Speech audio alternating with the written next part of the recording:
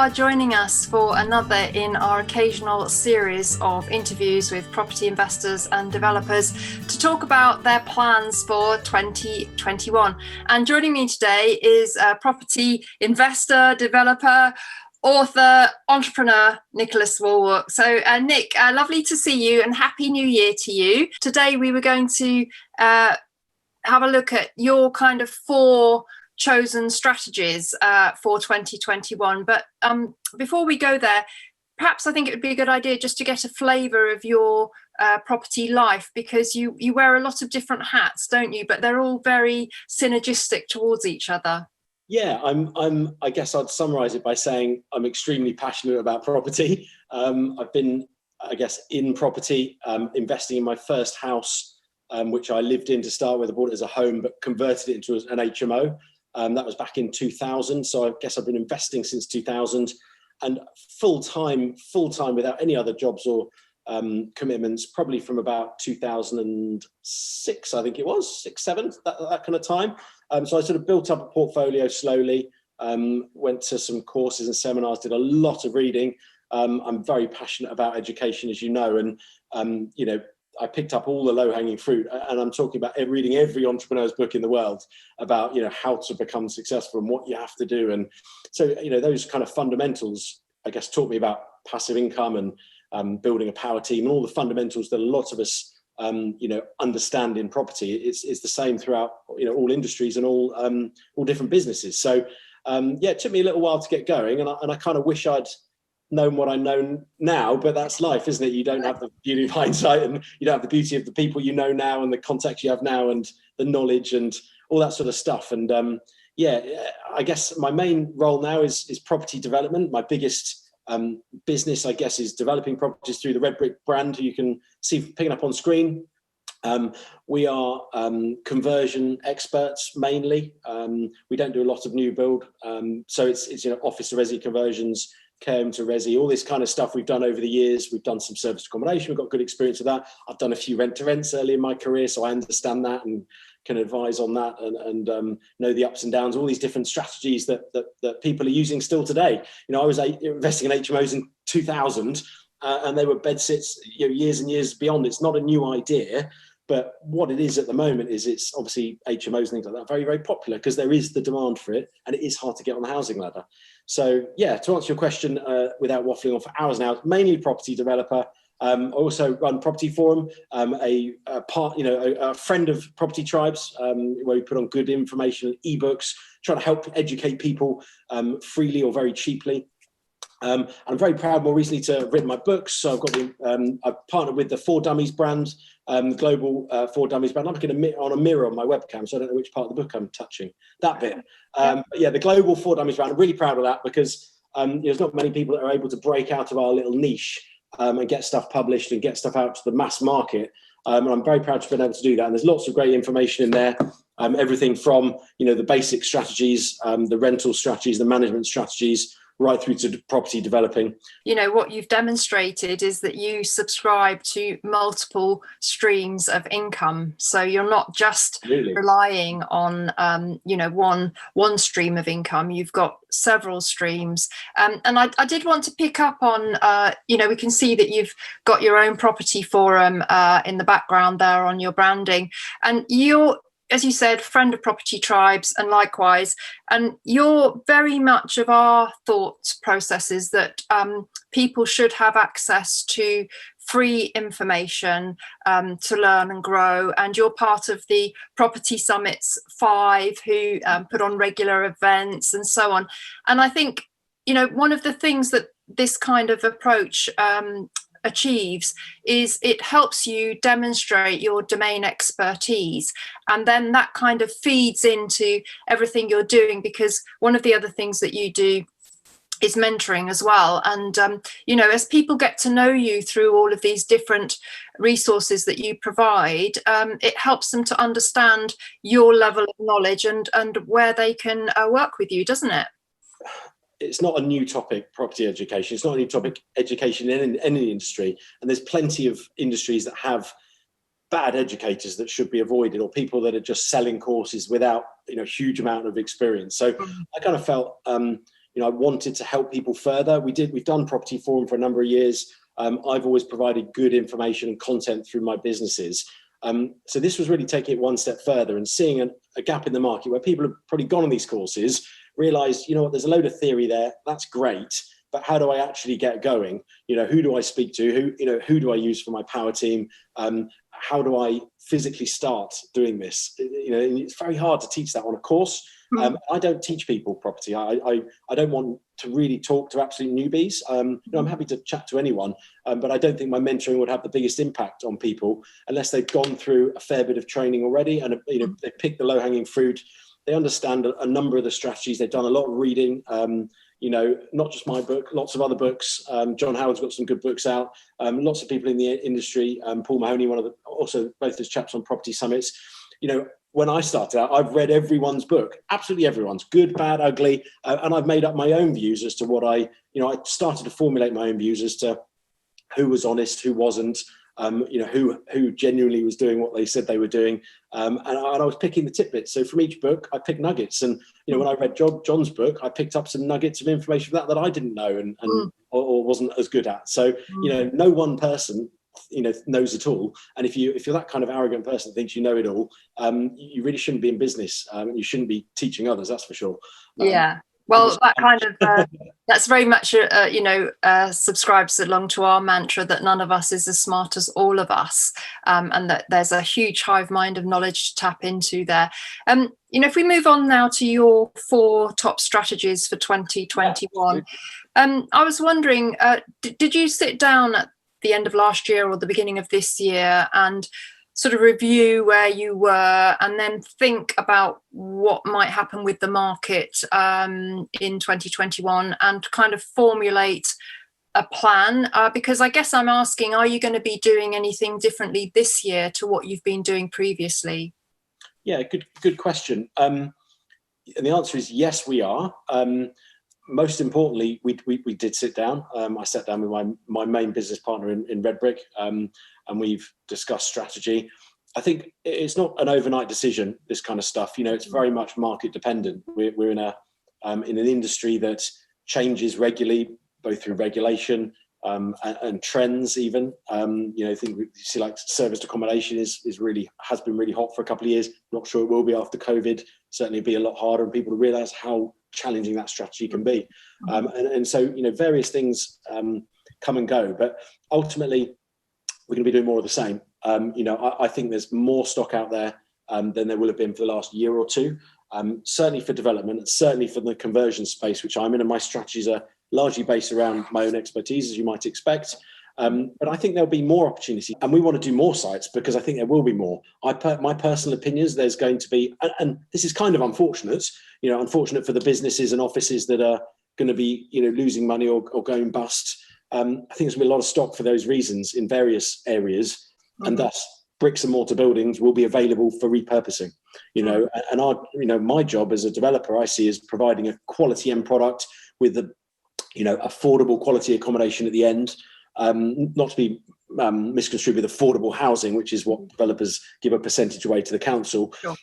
I just want to provide affordable accommodation and a good quality. So, there's plenty of opportunity to recycle in this time, and that's the silver lining in the cloud. Really, is that there should be an opportunity to recycle unwanted properties and ultimately save carbon footprints and all that, because I think conversion is often a lot cheaper and less intrusive to the surrounding areas, to neighbours, to the environment than anything else. So that's an element of what we do. We bear all that in mind, but more of the same really, and if anything, trying to gear up a little bit. Oh, absolutely. Awesome stuff. Let's go to your first strategy for 2021 then. What is it and why have you chosen it? Well, it's the good old office to residential conversion. It's not a particularly new strategy. I'm sure people have seen it about. It's what I've been doing for, 12, 13 years when we've been full-time developers. But I think, based on what I've just been saying, really, and it leads on nicely to that, is there's going to be a lot of office stock coming up. The office to residential market has been pretty tough in the last year. It's got tough because that stock's dried up. All the older offices, the things that weren't grade A quality at an affordable price, which is what people could rent if they were a company, all the older stuff that was a bit, getting a bit manky or needed a refit, That's all been gobbled up and developed. And then, you chuck in stuff like the space standards that have come in. They're bringing now the office to residential schemes are going to have to adhere to the national space standards, which is, I think, 37 square meters for a studio one bed, which, my view is utterly ridiculous. It'll rule out converting a lot of stock because it won't be viable. Now, I do agree with a space standard. I think there should be a space standard. I wholeheartedly support good regulation, but I support good thought out regulation that has the purpose that it's intended for. I totally support that regulation, but I think it just needs to be a sensible regulation.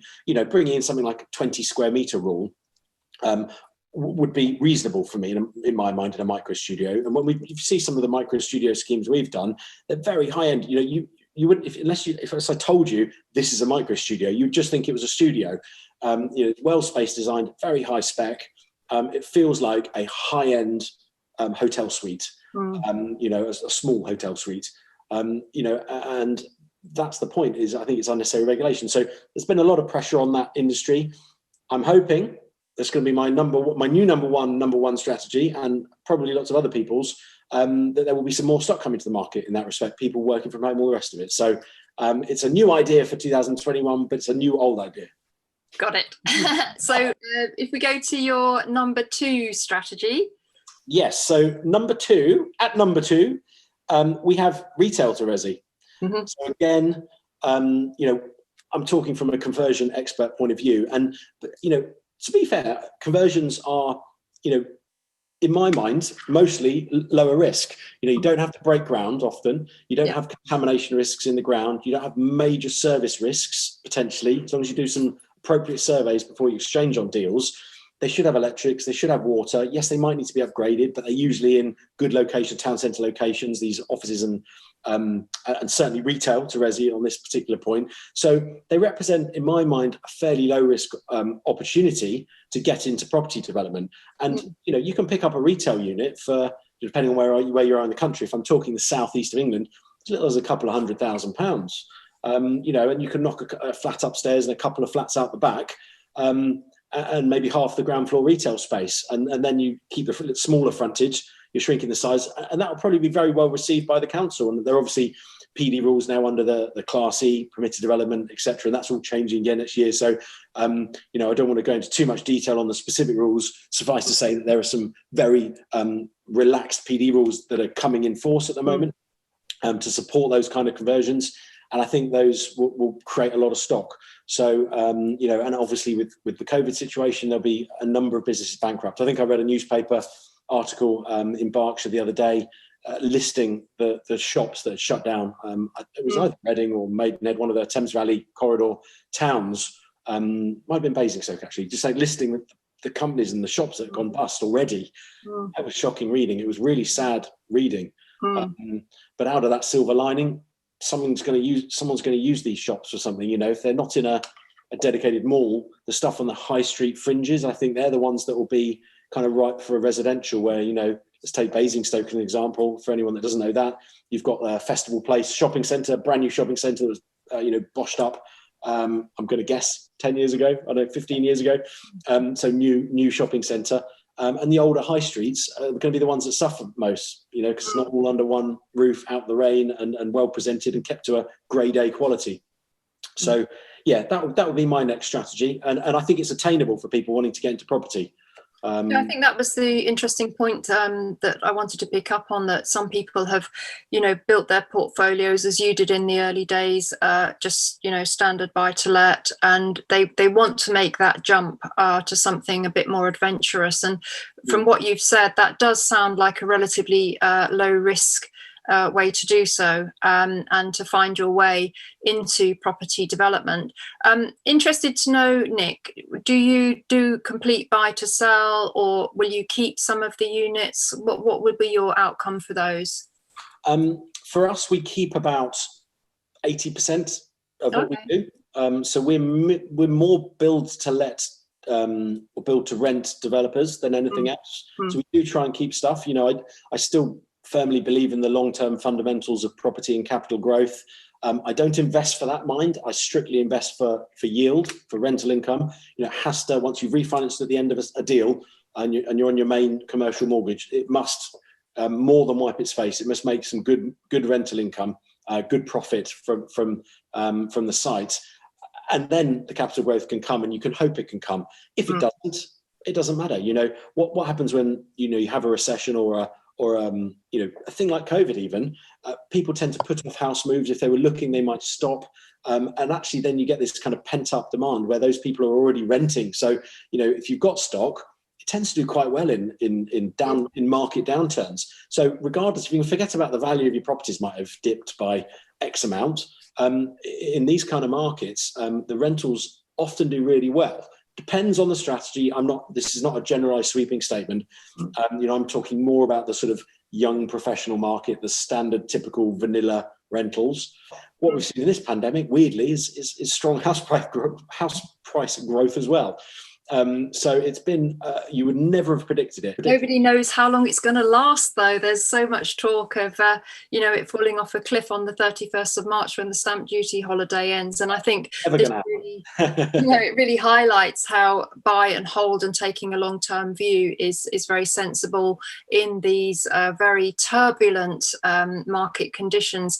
Moving on to number 3, I think you've got an interest now in care homes. Is that something new for you? We've done a couple of conversions, but it's definitely a strategy that I'm looking at this year. I viewed one just a couple of days ago, that was shut down. And again, sadly, as a business model, I think people will be consolidating care homes. If they've got more than one in a location, they might be losing one or two. I do believe that's a short-term issue.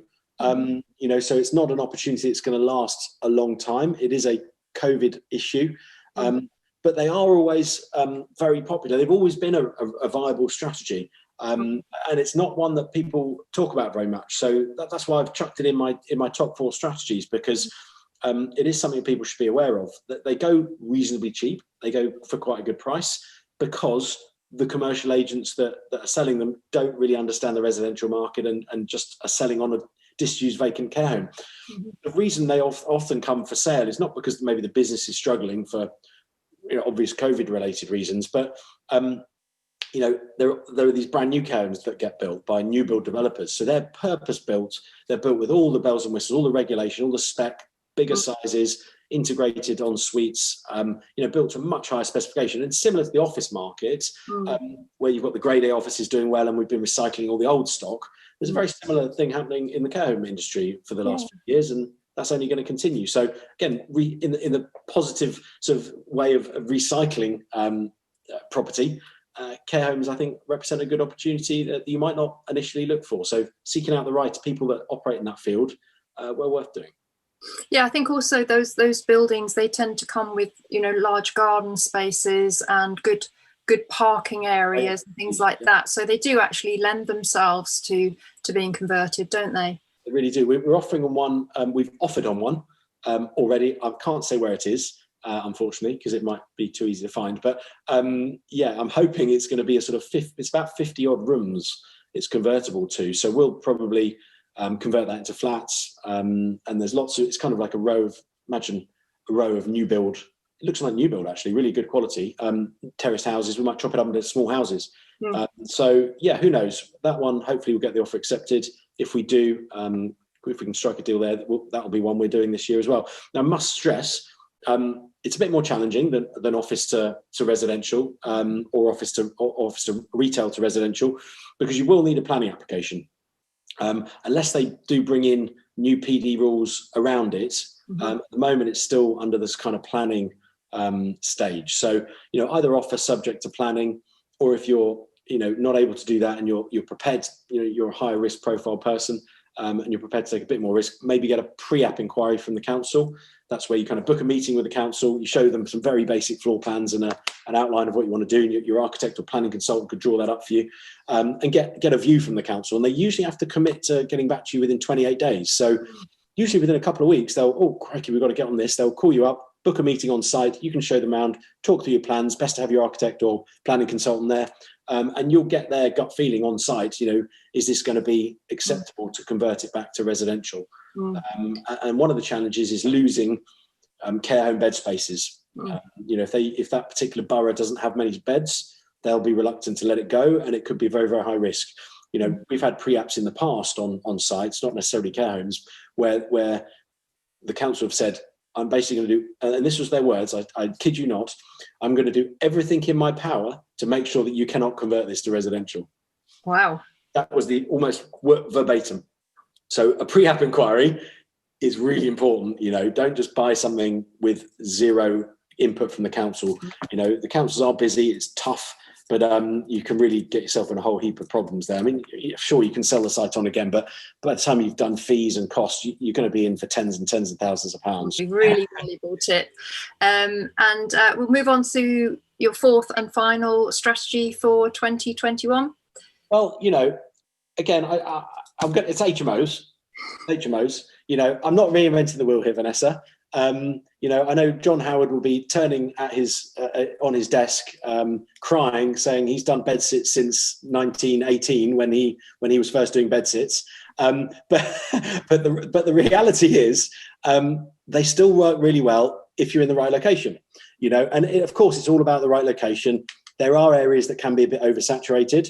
It is extremely competitive in some areas at the moment. You know, even for us in like Reading, where you've got like some of the student HMO operators are renting to professionals. So we've seen a bit of a hit in rents by up to 10% on some of our rooms. Now, that's short term. You know, I'm investing for the long term. I'm investing for I'm investing for at least 10 years plus. Anything less than that, as long as it makes reasonable yield, I'm happy. And losing 10% off an HMO, you've got loads of margin. If it's well run and you keep it well occupied, you know, we're at over 90 or 95% occupancy, literally. You know, we had a small dip down to about 90% at one point, but we've picked that right back up again now. And getting things like virtual viewings in place, all this kind of stuff, we've really evolved through COVID. As a lot of people have been forced to evolve, we've not only forced to be involved, but we're choosing to evolve and be at the forefront of our game, making sure our rooms are let and we're getting good rates for them. We're lucky enough to have our own high street letting agency in Reading, so we can service the Thames Valley, anything within an hour and a half drive, sites in that area. We're very lucky that we can service ourselves. So if agents are shutting themselves down or get people off, we're able to control our portfolio a lot better. So, you know, I'd advocate, you know, when you grow to a certain size, bringing on someone that does your lettings for you, maybe when it gets, you know, economical to do so. Yeah.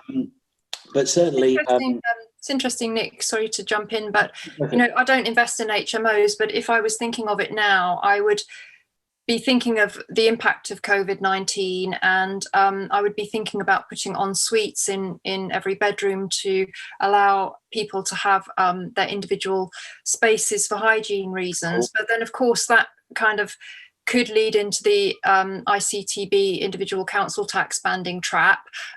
Will you be adapting your HMOs in any way because of you know, what's happened with COVID? Will you be going for more en-suite rooms, or are you really going to stick to your tried and tested formula? I mean, we've always done as many en-suites as we can fit in, you know, without compromising the room space. You know, you don't want a pokey little room that has an en-suite. You'd rather have a decent sized room and share a bathroom with one or two other people. What I try and do is create, you know, a handful of en-suites in the house, and maybe 2 to 3, you know, if we're talking, let's, for example, say a 9-bed HMO, I would want 5 or 6 of those as en-suites. And then maybe 1 or 2 other bathrooms, or at least 1 bathroom, and then maybe a separate toilet. So, you know, the people that are sharing are only sharing with a couple of people. 3 at most would be what I'd have sharing in a bathroom.